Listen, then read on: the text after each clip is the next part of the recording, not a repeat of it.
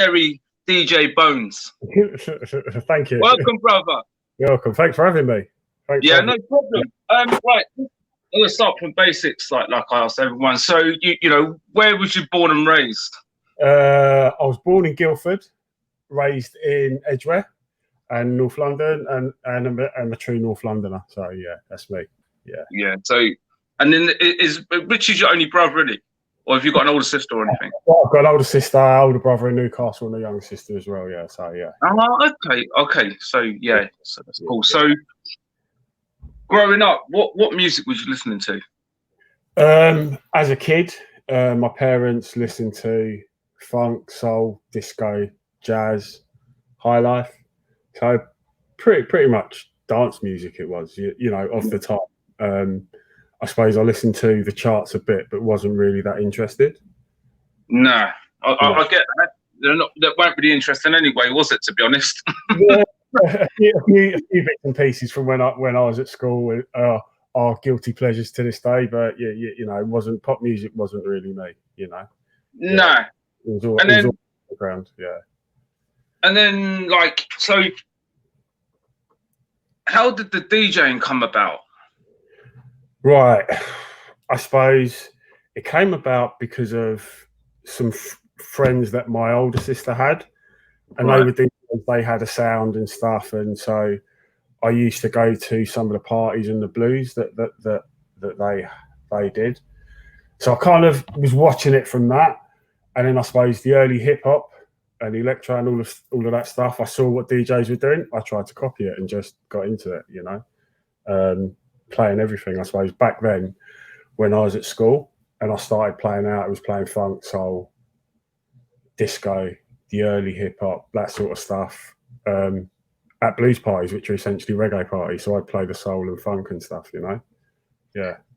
Well, it's interesting because I've had a few guests on it, and it seems like everyone that I speak to, it always goes back to the old hip hop and electro. Yeah. Well, I suppose because, well, I suppose from playing soul and funk and all of that, and I suppose the DJs who I kind of would have followed would have been people like Froggy, Les Adams, show my age here, who did master mixes essentially, and there were people like from the States, the Latin Rascals and stuff like that, and listening to what they were doing, and then watching people DJing, you kind of think, oh right, this is what you're doing, and it was from that. And then I suppose when hip hop came in, it was taking those things with using different DJing skills. So adding other stuff to what other people were already doing, you know. And I think, you know what? I think, to be honest, when they said like hip hop weren't going to work, I think that was a main genre out there that we was all listening to. Yeah. When you say people say hip hop didn't work, I suppose I didn't really care. It was new, it was fresh. It was there, wasn't it?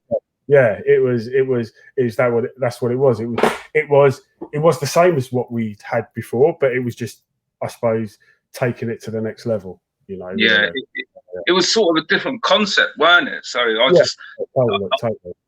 You know, I'd have been probably maybe, I don't know, 7 or 8 when that first started knocking about. Do you know what I mean? I was quite young, so. Yeah. No, I mean, I was speaking to Blame last week. I still got all the electro albums here. I think up to 22 or something, all on vinyl. I've got. I think I probably bought about the first 4 or 5, maybe 6. No, maybe 6 or 7. And then after that, I wanted the 12 inches, and I wanted 2 copies of the 12 inches. So that's what I was wasting my paper and money. Yeah. So what record shops were you shopping in?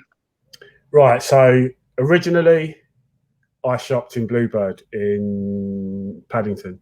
Yeah, I know that. Yeah, and that was where I would go. Pocket money, milk run money, paper round money. I'd be down there early on a Saturday to get the early cuts. You know, I'd queue up, knowing that an import's coming out, and go and get it. You know. Yeah. Also, back in the day, places like R Price and HMV were pretty good for buying underground music. You know. Yeah. You could go and get decent imports from there. So it was kind of a mix of Bluebird, HMV, R Price, those types of places. And then as time went on, Bluebird shut, obviously, the one in Paddington did. I used to shop in Hitman Records in Soho, and shops for a long time until they closed. I suppose as they all did, you know. Yeah. So I've got so when did you first get your decks then? Right, I would have been the first pair of decks that I would have had. I would have been about 14, and my dad had a belt drive turntable, which I killed. And I managed to get my hands on it's a little belt drive Seisho, but it had pitch control on it. So it meant I could do stuff, you know. And then just went on and just bought better decks as time went on. I mean, my first Technics I bought in, which I've still got actually, I would have bought in probably, but one maybe 87, one maybe 88, something like that, or early 87, late 87. Yeah. So, yeah. It's funny because like when I speak to a few people, like I think everyone's started on bog standard stuff. I think, you know, when I first started, I had a Citronic pitch control on the top and a hi-fi deck that you couldn't mix a cake with. But it's something that you have to learn and practice on to get to that type of thing. Do you know what I mean?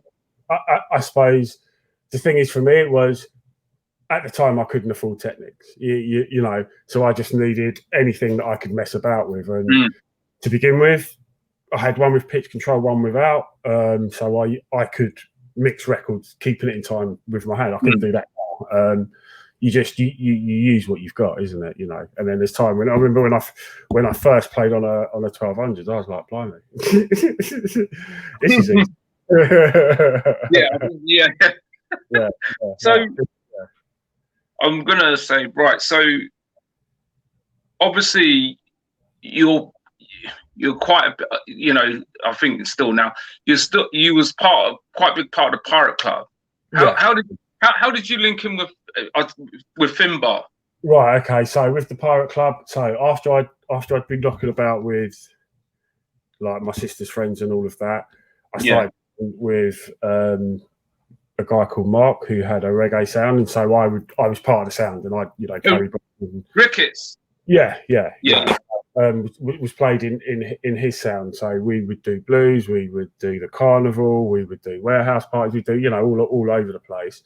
And then I think the Pirates started from there was a warehouse behind the Beehive. I remember that, you know. And some people had squatted it. So it was just at the time when I suppose I mean I can't remember, was it 86, was it 87? Probably maybe 87. Yeah. There's a group of people who squatted it, and we just started throwing parties every week, and that's pretty much how it was born. So Mark and Finbar got together, and from there we just went on and doing there, got kicked out of there, and just started doing other things, and it just went from strength to strength, really. Yeah, because I heard like people say like Mark was like probably the first person that started the acid raves in Edgware. Yeah, and that would have been from having that warehouse. You know. I honestly remember I was too young to, obviously, we used to try and bunk in the Beehive, and obviously that warehouse was around the back of it, weren't it? Yeah. And I remember going rolling up to the door, and I was probably about 15, 16 at the time. They're like, "You're not coming in here, mate. You're not even old enough." Yeah. I mean, it was funny back then because I suppose in those times when we first started the warehouse, it wasn't just house music. We played funk, soul, disco. The house that was coming out, the acid that was coming out, it was yeah. And you know what? Like, obviously, when I was that age, I couldn't pick up them tunes because if you're listening to a pirate radio station, it would not dish out the names of them songs. Yeah. But for me, you know, when I hear some of that stuff from 87, 88, 89, is like ridiculous. Like, I know that you must have loads of them tunes.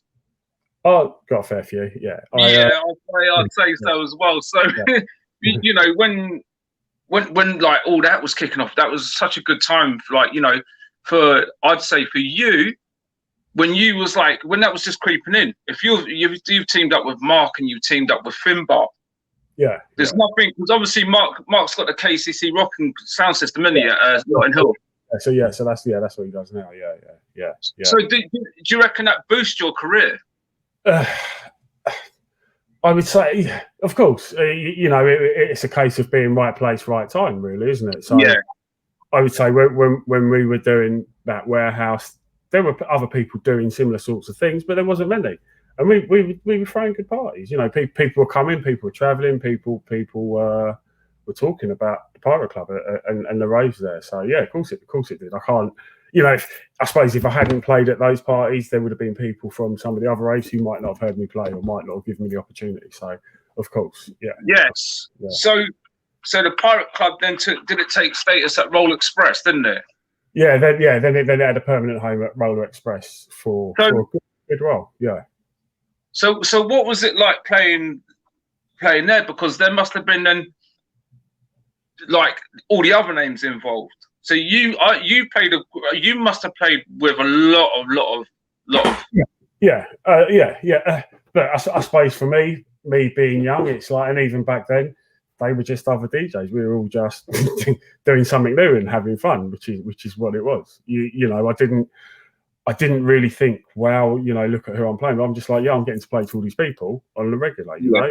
And that was it for me, you know. It was all about that and all about having fun, you know. But I think when I see like when I used to see on their Bones, even though you're from the same area as me, I didn't know who you was. You know, when someone said Bones, I didn't know until someone said Tony Sawyer, and I'm like, yeah. I sort of know he is because he was in my sister's year at school. Yeah. So yeah. I mean, it's funny. It's like, so Bones is my nickname, and so it wasn't probably till Facebook started that people started to call me Tony, because just, you know, out and about, people call me Bones. Well, so yeah.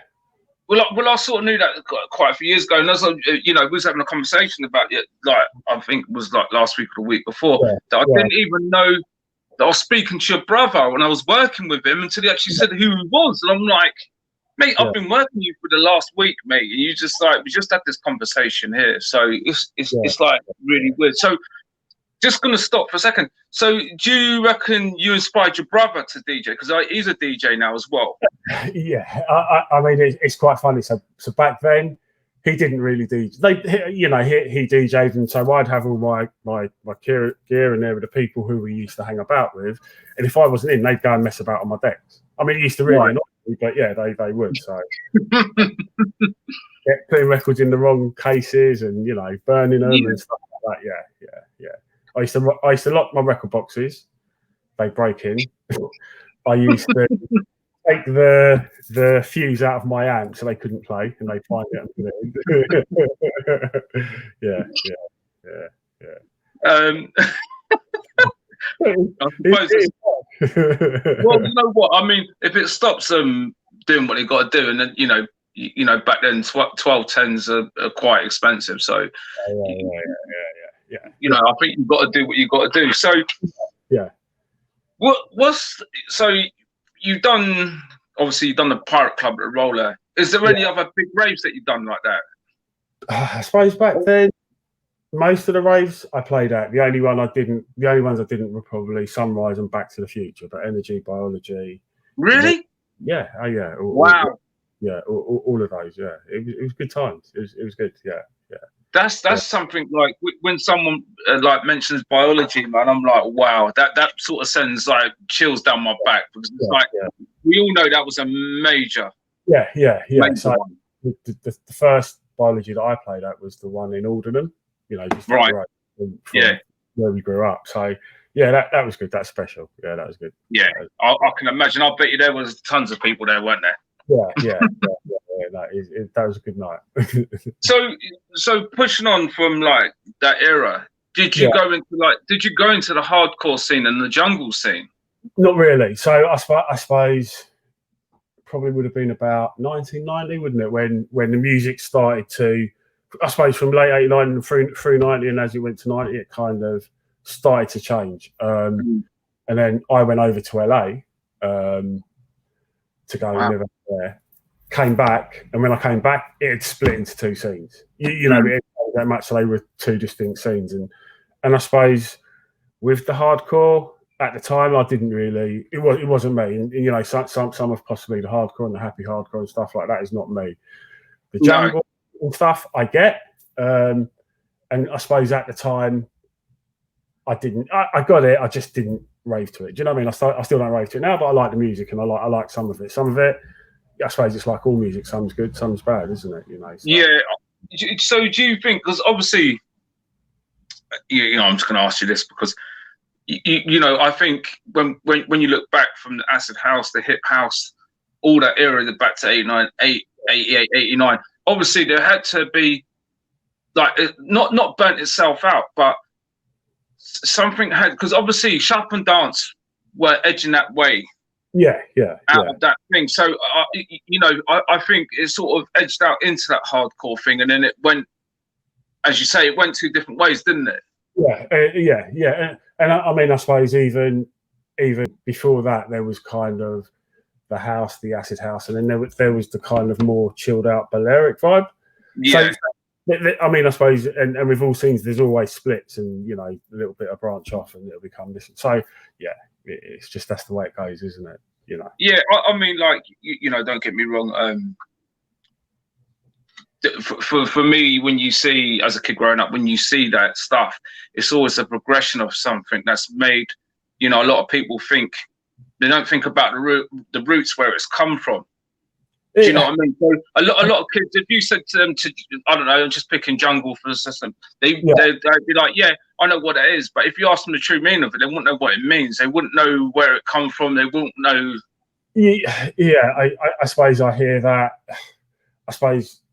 Yeah, because if you I mean, it's even with hip hop. I suppose hip hop back in the day, because it was so new and that you would know that it's come from funk and all of the records that they're sampling and stuff like that. Maybe now, so if you'd grown up in a later age, I suppose it doesn't really matter. It's just the music you like, isn't it? And I suppose it depends whether. I mean, like for me, I collect music. I have done for a long time, so since I was young. So I kind of have that. I have that mindset to think about where things have come from. What have you used? Oh, you've done that, you know. Yeah, I think, like, you know, there's people like yourselves, and I think there's, like, I'd say for 90% of the people that when you listen to a song, you'll know where it comes from. You'll be like, oh yeah, they've sampled that from so and so, blah de blah.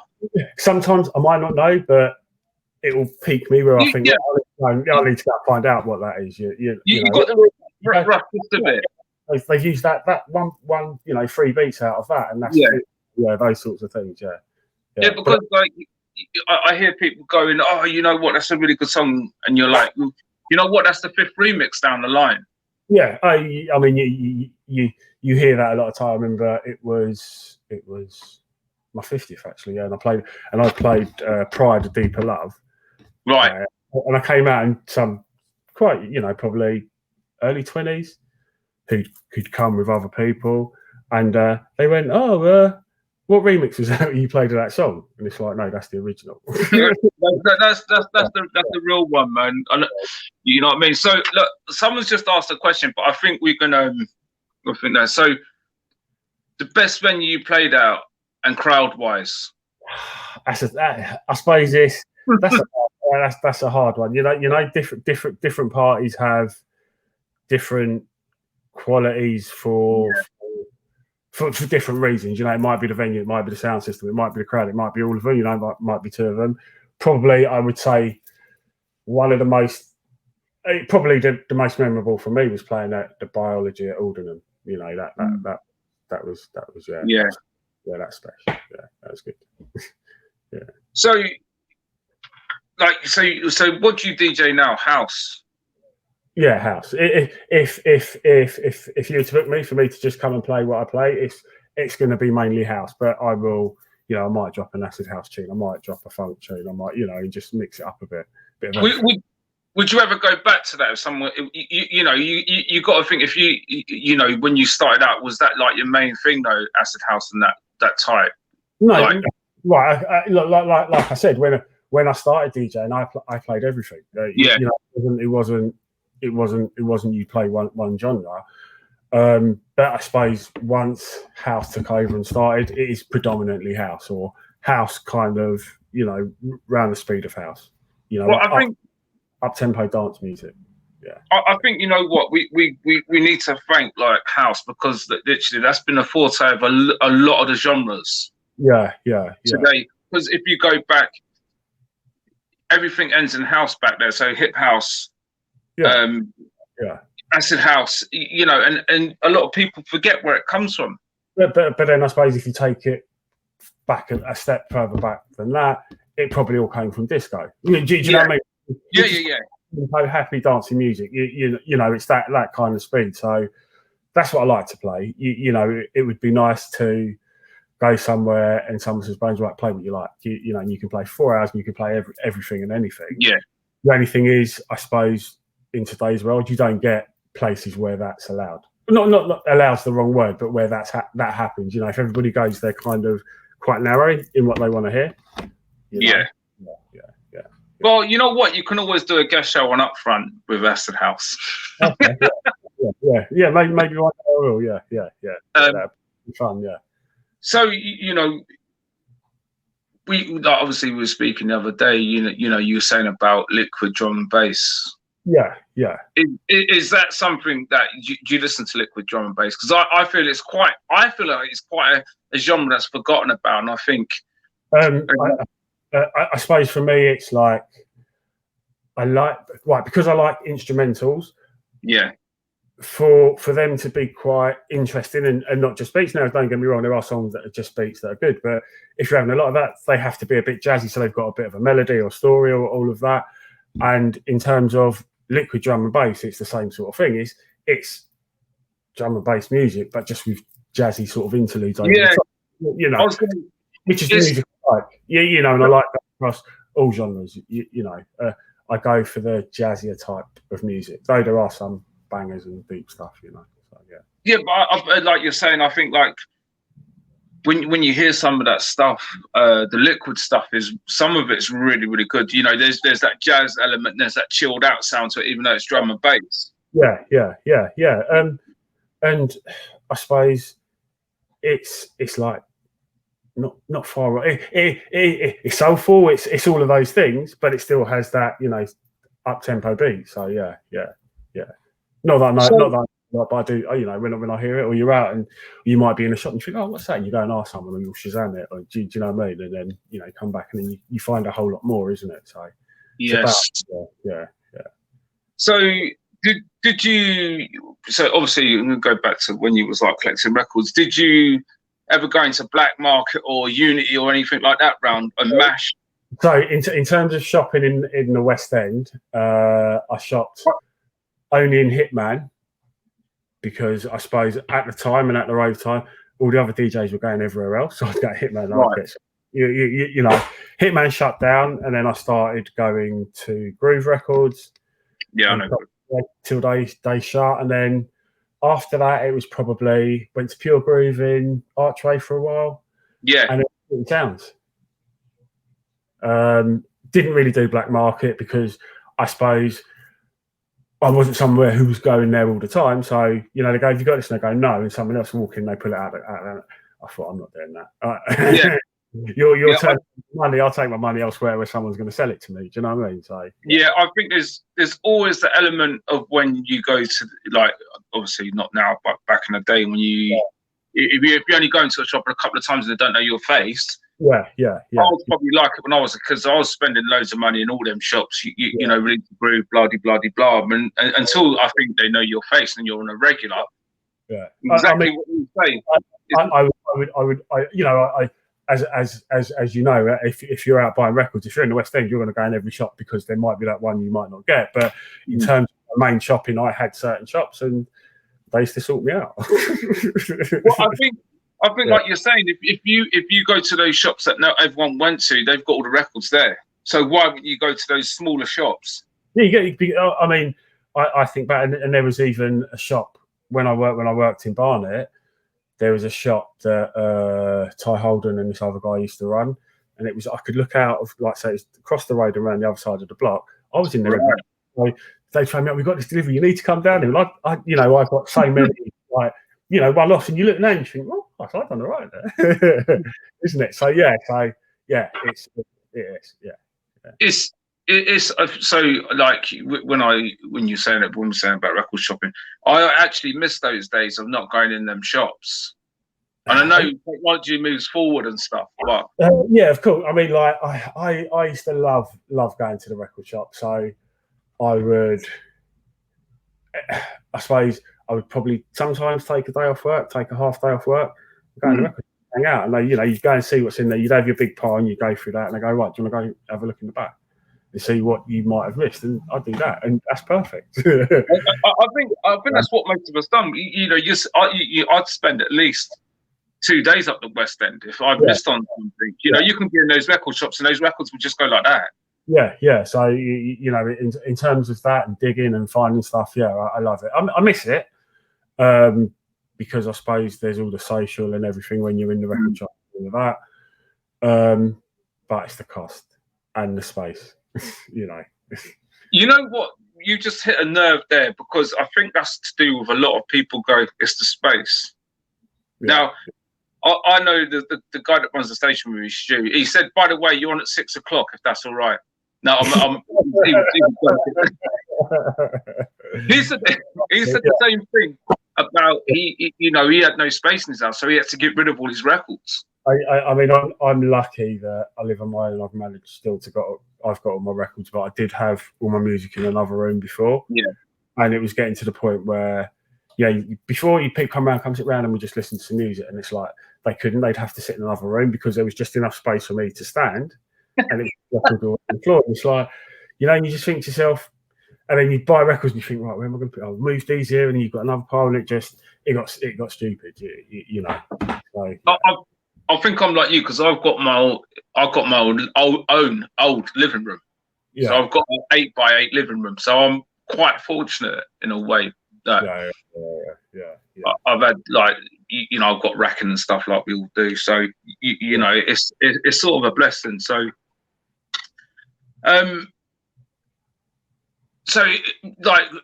what you do? Are you on a station now, or? I do a show on a Saturday on a station called Real House Radio, where I just play house, just play any house, anything and everything, however I'm feeling, do that, do a few guest shows for other people and stuff, so it's something I'll always do, I can't see there would ever be a time that I would stop mixing music. If I'm not playing out, I will still do it at home, because that's what I do, and that's what I've done since I was 14. So Well, I've got a question to ask you. Being serious, so all the artists out there at the moment, so the DJs are not working, are they? Yeah. What the statement of them saying that you should retrain and get another job? Right. The thing I'll say there's a lot of DJs out there who DJ and probably have other jobs anyway. For the ones who it's their main source of income, it's hard. It's like, why would you retrain? Because, well, I suppose unless they're saying that industry's never coming back, then you have to retrain, isn't it? Do you know what I mean? I don't know. I think what's going on in the world at the moment is crazy. They shouldn't be left out. The artists like that, but then, however, I know it's people who are kind of self-employed like that. It's how do you say what they should and shouldn't get? Someone who's got a regular job and it's X amount a year, it's 10% of this or 50% of that. If you're a DJ, you might have 3 good months and have 6 months of nothing. So and then 1 year you might have got loads. So I don't know. I don't really know the answer to that. That's cool. I was just someone in the comments asked it, so I was like, you know what, we're here, we might as well ask you.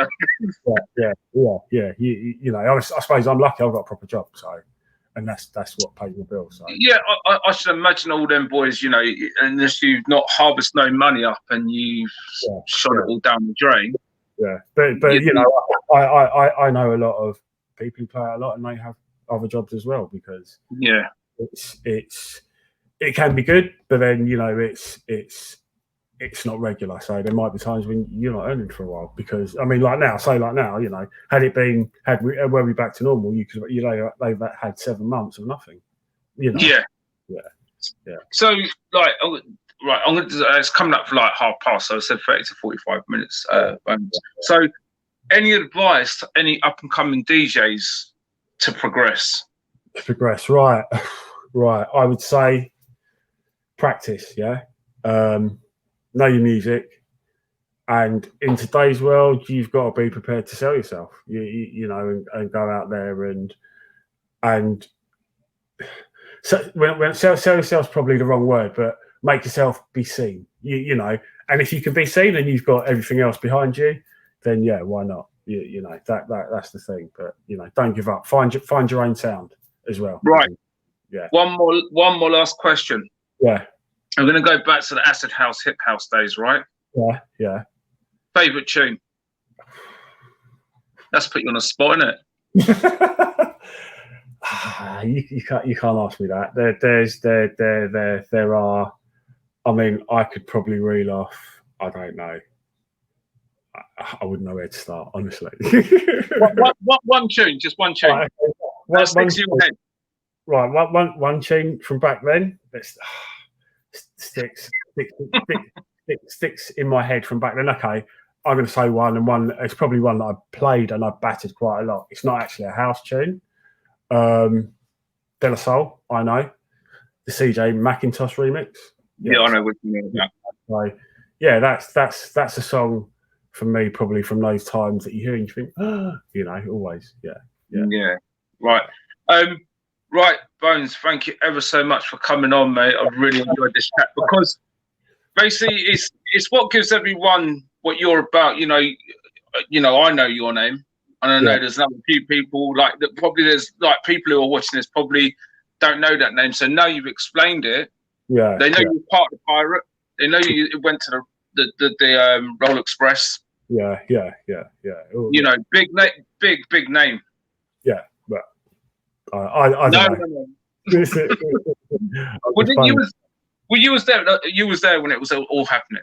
You know what I mean? You know, it's like I look back and you think, yeah, I was part of something that changed, I suppose, people in London, well, people all over the country's outlook. Yeah. You know, from before everything was very, I suppose, compartmentalized, and there were people who did only a certain thing and listened to certain music with a certain type of people. The time when kind of house broke, everybody just came together, and it didn't matter where you were from, what you looked like, or what you did as a job, or where you lived. And that's what I was going to touch down on. And I think, you know what, a lot of racism ended there as well, because everyone was raving with each other. I mean, it's quite funny when you look back and you think, yeah, it did.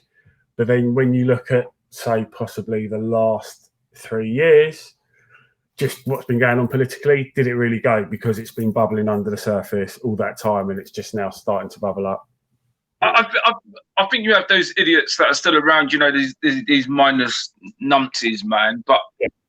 I think, you know, we all knew what it was back in the 70s and 80s. You know, these narrow-minded so-and-sos. I'm not going to swear. Yeah, of course. You know, I found when I was like 89, 90, 91, there were a lot of blacks, whites, Chinese, everyone. They're all in one club raving. Of course. And I suppose, yeah, there is a lasting legacy of that, of a lot more people are more tolerant of each other. It's not even just tolerant. Everybody's together. You know, and you can see that. Going back to like when I went to LA, and that was one of the reasons why I came back. It was like a year before the Rodney King riots, and one thing I noticed when I was out there and I was playing out there, if you went to a black club or you went to a white club or you went to a Hispanic club or you went to a gay club, and it wasn't everybody was together. You know, you wouldn't see groups of people of all races in a car together. That was one thing that really stuck out in my mind from LA. Yeah.